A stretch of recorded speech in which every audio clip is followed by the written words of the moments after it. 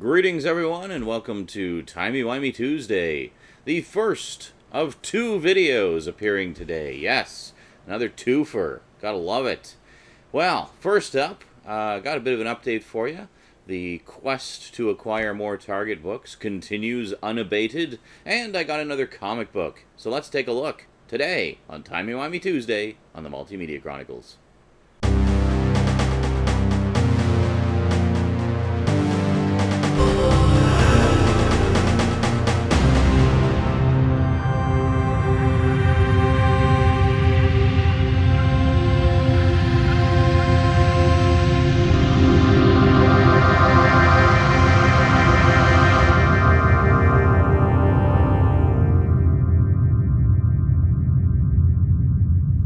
Welcome back. Okay, so first up, we'll do the comic here. I think the last issue of this is due out any day now. I was falling kind of behind in comics. I guess tomorrow on Wednesday, you'll see a comic book update and see all the latest stuff I picked up. But for now, I got issue number 4 of the Fourth Doctor Adventures. Yeah. So, also this month in August, the Third Doctor Adventures miniseries is starting, so I will definitely be picking that up. So let's put that center stage there, so very cool. I don't know what more I can say about it, honestly. I'm really enjoying this series a lot, and it seems to be selling well. Every time I go there, they only have one copy left, so it's getting to the point where I'm thinking I should start a reservation bag at the local comic shop, and just to make sure I don't miss it. But yeah, it seems to be doing really well from what I've seen just from the local shop here. So I'm hoping that means we'll see more. Awesome. And then Target books.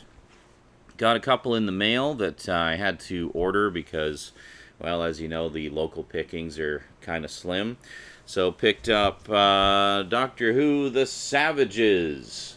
Another First Doctor adventure. Sci-fi in space here meets future society with a dark secret. I'm pretty sure I've seen a fan reconstruction of this with the original audio and all existing clips and photos. I honestly don't remember anything about it, so when we get to this one in the story-by-story reviews, should be pretty cool, because I'll have experienced it twice over by then. The book, of course, and the reconstruction again. This one's kind of interesting. It's actually got like some kind of weird library binding around the it's got a strip of glue, so I can't really take it off, so it's kind of weird. It's got like this protective sleeve over the, I don't know how well you can see, but it's really shiny. It's like hard, well, soft plastic. It's kind of hard to illustrate there, but you see there's like a flap. Can you see that there? Kind of. Yeah.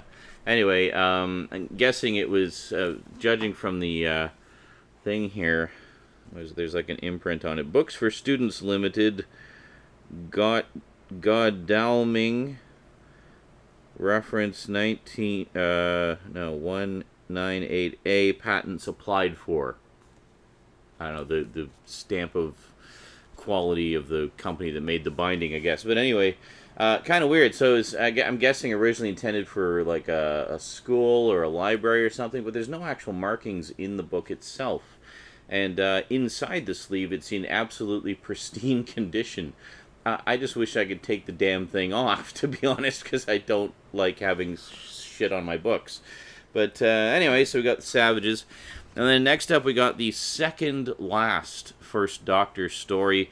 And this was quite a late addition to the library as well. This is number 133 in the Target library.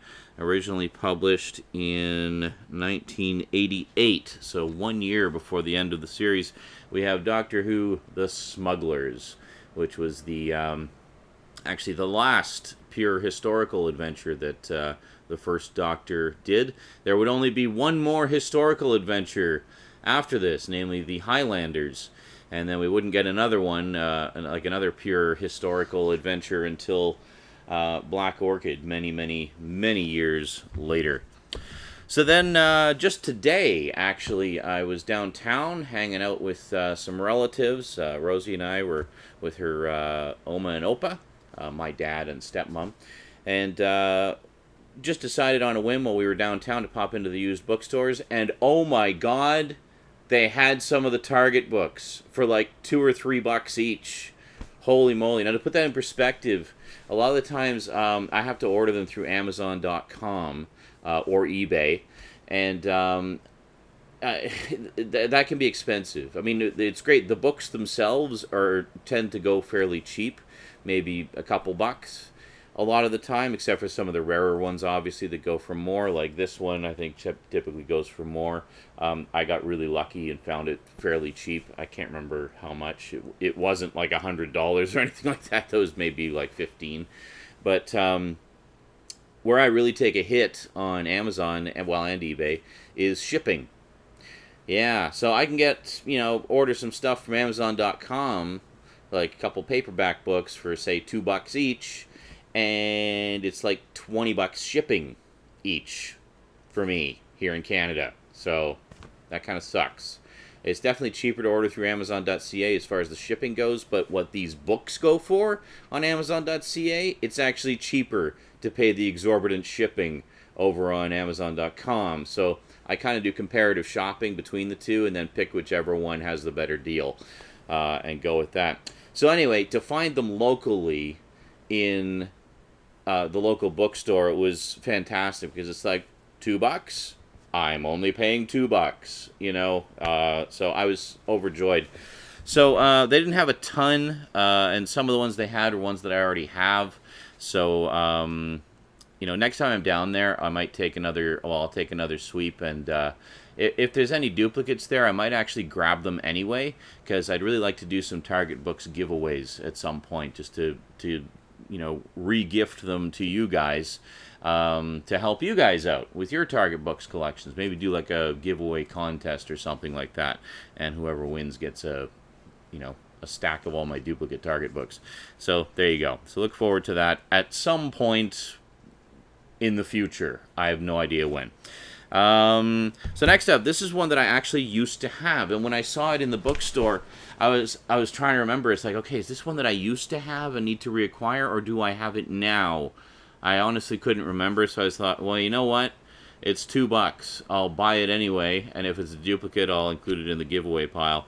We have Doctor Who and the Rebus Operation. Yes, which I used to call Ribos all the time, but in the show it is pronounced Rebus. This is the first story in the Key to Time saga. Yes, the 6-story arc, which went over an entire season. And you may notice this one is written by Mr. Ian Marter again. Harry Sullivan himself. Awesome. Gotta love it. And this is in absolute pristine condition. I was really quite blown away. The only marking in it is from the used bookstore itself, just the price written in pencil, so you can actually erase that if you want. So pretty cool. So again, this seems to be one that was not subject to the page limit, the page count limitation that Target imposed. It's 143 pages, so good meaty adaptation by Mr. Harry Sullivan. Gotta love that. Whoops, there we go. Put that right next to the 4th Doctor comic. And then next up, we have another one by Ian Marter, actually. We have Doctor Who Earthshock. And yet another really lazy cover for a 5th Doctor story. Just a picture from the show with the big, ugly, blue backgrounded logo. I don't know why so many of the 5th Doctor books have completely lazy-ass covers like this. I really don't. It's like they just weren't trying. Were all of the available artists just asking way too much money? I have no idea. But, I don't know. Anyway, great to have this. This one is 128 pages. Like, exactly 128 pages.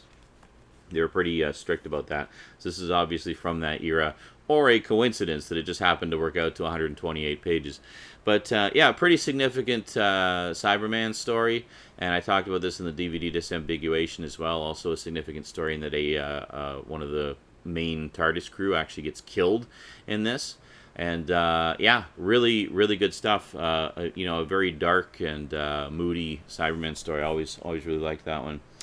And then finally, last but not least, what many consider to be one of the Sixth Doctor's finest televised stories, we have Doctor Who, Vengeance on Varos, by Mr. Philip Martin, who I think is the original author of the script, if I'm not mistaken. Yes, he is actually the original author of the script. It's always cool when they get the original script writers to do the novelizations, because nobody knows those stories better than the guys who wrote them originally, right? But yeah, this is a great one.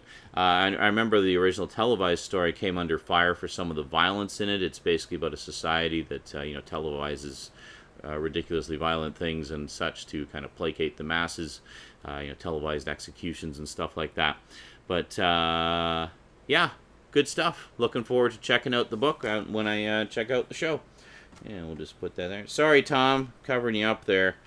But yeah, that is it. So there you go. Just a nice little update for you. Some new Target books. Yeah,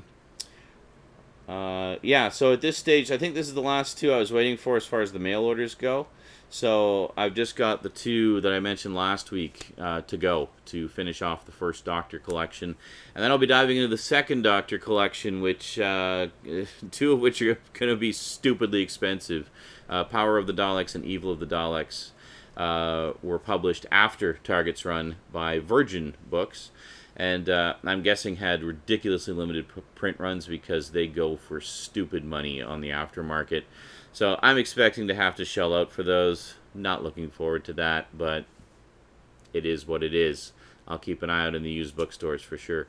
I actually really like to head down to Victoria one of these days, maybe for a day trip or something, and because they've got a bunch of used bookstores down there, and there's some in Sydney as well, which is between Nanaimo and Victoria, and ton of used bookstores there. So I'm thinking between the two of them, I could probably get a good chunk of the books fairly cheap, and even factoring in the amount it would cost to take a Greyhound bus down there, I think it would still work out to be cheaper than mail ordering all of them. Yeah, so we'll have to see how that goes. Anyway, that is it for this update. Hope you enjoyed. I'll see you later on today for the very first of the story-by-story reviews. Yes, we'll be talking about An Unearthly Child, the very first Doctor Who story ever.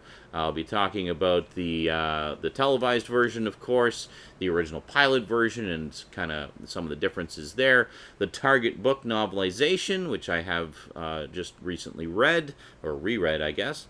And, yeah, good stuff. We'll see you then. Until then, quick thank you to my Patreon sponsors. Special thanks to Kyle Pellegrini and Get Your Gorgeous On, still my highest level sponsors. Thanks very much, guys. Appreciate the support. And we'll see you next time. Till then, thanks for watching, and sayonara.